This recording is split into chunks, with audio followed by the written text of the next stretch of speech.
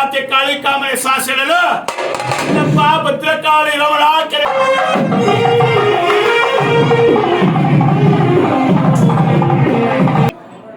ಮೈಸೂರಿನಲ್ಲಿ ಶ್ರೀ ಭದ್ರಕಾಳಿ, ಶ್ರೀ ವೀರಭದ್ರೇಶ್ವರ ಸ್ವಾಮಿ ಮತ್ತು ಶ್ರೀ ಚಾಮರಾಜೇಶ್ವರ ಸ್ವಾಮಿ ದೇವಸ್ಥಾನದ ಸನ್ನದಿಯಲ್ಲಿ ಸೋಮಾವತಿ ಅಮಾವಾಸ್ಯೆ ದಿನಾಂಕ 2/9/2024 ವಿಶೇಷ ಪೂಜೆ ಮಾಡಿ ಸ್ವಾಮಿಗೆ ಹೂವಿನಿಂದ ಅಲಂಕರಿಸಿ ಬರುವ ಭಕ್ತರಿಗೆ ಶ್ರೀ ವೀರಭದ್ರೇಶ್ವರ ಸ್ವಾಮಿಯ ದರ್ಶನ ಪಡೆಯಲು ಅಲ್ಲಿನ ಅಂದರೆ ದೇವಸ್ಥಾನದ ಪುರೋಹಿತರು ಅನುವು ಮಾಡಿಕೊಟ್ಟರು. ಶ್ರೀ ವೀರಭದ್ರೇಶ್ವರ ದರ್ಶನ ಪಡೆದು ಪಾವನರಾದ ಭಕ್ತರು ಸುಮಾರು ಪೂಜೆಯಲ್ಲಿ ಭಾಗವಹಿಸಿದರು. ಶ್ರೀ ವೀರಭದ್ರೇಶ್ವರ ದೇವರ ವಚನಗಳು, ಒಡಪುಗಳು ಹೇಳಿದರು.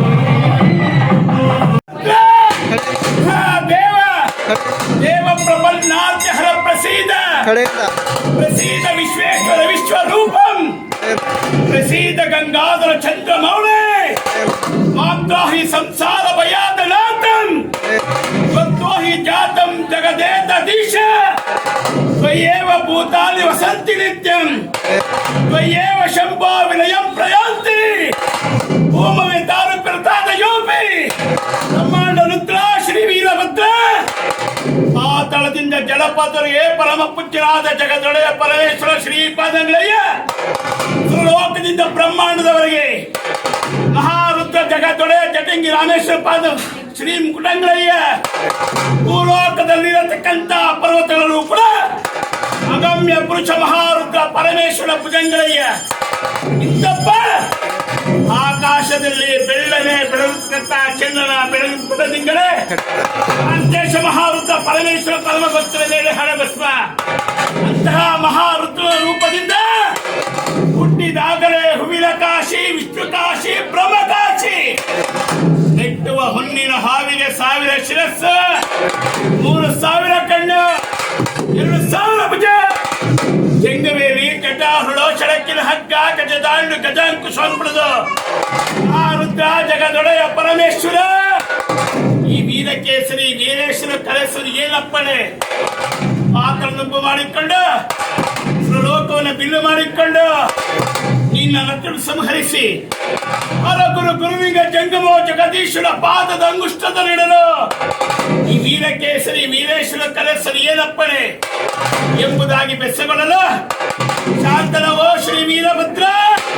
ಜಲಕ್ಕಾರ ಗಂಡಂ ಮಿಳತೃಂಡ ಚಂಡಂ ಜಲಕ್ಕಾರ ತುಂಡ ಮಹಾರುದ್ರ ಎಂಬುದಾಗಿ ನಮ್ಮ ಪೂಜ್ಯನಾದ ಪರಮೇಶ್ವರನ ಮಹಾಮಾತೆ ಜಗನ್ಮಾತೆಯು ಪರಮ ಪೂಜ್ಯನಾದ ದಕ್ಷ ಮಹಾಪ್ರವೇಶಿಸಿ ಪೂಜ್ಯನಾದ ತಂದೆಯೇ ದಕ್ಷ ಮಹಾರಾಜ ಪರಮ ಪೂಜ್ಯನಾದ ಜಗದೊಡೆಯ ಪರಮೇಶ್ವರ ಕರೆಸಿ ಪರಮೇಶ್ವರ ಹಿರ್ಪವನ್ನು ಕೊಟ್ಟು ಸಾಂಗೋಪಾಂಗ ದಕ್ಷವಾಡು ತಂದೆ ಎಂಬುದಾಗಿ ಬುದ್ಧಿವಾದ ಬಿಡಲು ದಾಕ್ಷಾಯಿನಿಯೇ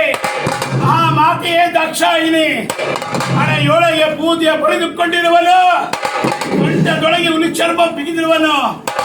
ಆ ತಿರುದುಣ್ಣುವ ತಿರುಪೋಕೆ ಅಂತಕ್ಕಂಥ ಪರಶುಮೂರ್ತಿ ನಾನು ಕರೆಸುವುದಿಲ್ಲ ಆ ಬೂದಿ ಬುಡುಕನನ್ನು ನಿಂದಿಸಬೇಕು ಎಂಬುದಾಗಿ ದಕ್ಷಿಣ ಮಾಡುತ್ತಿರುವ ದಾಕ್ಷಾಯಿನಿ ನೀವಿಲ್ಲಿಂದ ಹೊರಡಬಹುದು ಎಂಬುದಾಗಿ ನುಡಿದಾಕ್ಷರವೇ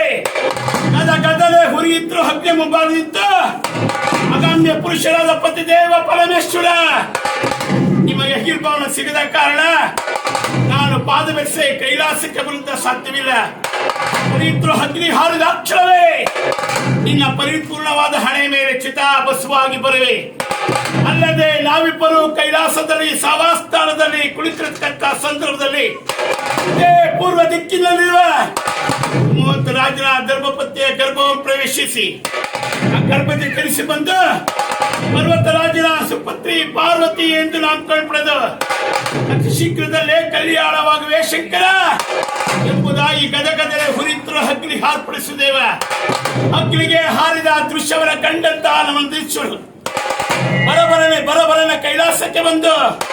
ಓಂಕಾರ ರೂಪದಲ್ಲಿ ಕುಳಿತಂತ ಪರಮೇಶ್ವರ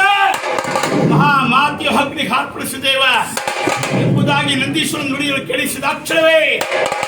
ಹರನೇಶ್ವರನು ಏಕವಕ್ತ್ರಂ ಮಹಾರೌದ್ರಂ ನಾಗಕುಂಡಲ ಶೋಭಿತಂ ಕಿರೀಟ ಹರಕೆ ಯೂರ ಕಟಕಾದಿ ವಿಭೂಷ ಭೂಷಿತಂ ರಕ್ತಗಂಧಾನುಲೇಪನಂ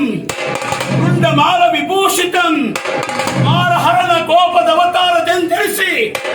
ಮನಕ್ಕೆ ಬಂದ ಮುರವೈರಿ ಮುರ ರೂಪ ಮುದಿಸಿ ಶಶಿಯಂ ಭಂಗಿಸಿ ಶಾರದಾಂಬೆಯ ನಾಸಿಕಂ ಹೇಸಿಗೆಂದೆನಿಸಿ ದಕ್ಷ ಯಾಗದಲ್ಲಿ ಬರಬರಲ್ಲಿ ಓಡಾಡುತ್ತಿರುವ ದಕ್ಷ ಬ್ರಹ್ಮನ ಶಿರವ ಹರಿದು ಮುಂದೆ ನೋಡಿದೊಡೆ ಅಗ್ನಿಯು ಗದಗದ ಉರಿಯುತ್ತಿರುದೆಯ ಉರಿಯುತ್ತಿರುವ ಅಗ್ನಿ ಹರಿದ ಅಕ್ಷರವೇ ಅಗ್ನಿಯ ನಾಲ್ಗೆಯ ಹರಿದು ಸಪ್ತ ದೇವತೆಗಳಾಗಿ ಮಾಡಿಕೊಂಡು ಕೈಲಾಸಕ್ಕೆ ಹೊರಟಳೆಯ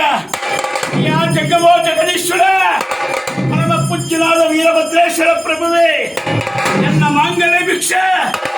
ನನ್ನ ಮುಪ್ಪಿನ ಮುತ್ತೈದೆಯ ಭಿಕ್ಷೆ ನೀಡು ಪ್ರಭುವೇ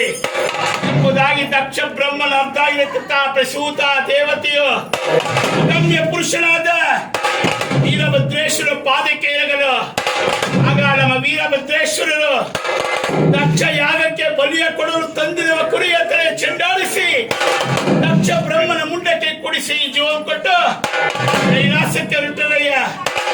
ಹರಿದ ತಲೆಯ ಕೊರಿಯ ಇಟ್ಟ ದೊರೆಯು ಮಹಾರುದ್ರ ದೇವರು ವೀರಶೈವ ಧರ್ಮ ಸಂಸ್ಥಾಪನಾ ಆಚಾರ್ಯನಾಗಿ ಕೈಲಾಸಕ್ಕೆ ಬರುತ್ತಿರೋರು ಎಂಬುದಾಗಿ ದೊರೆಯ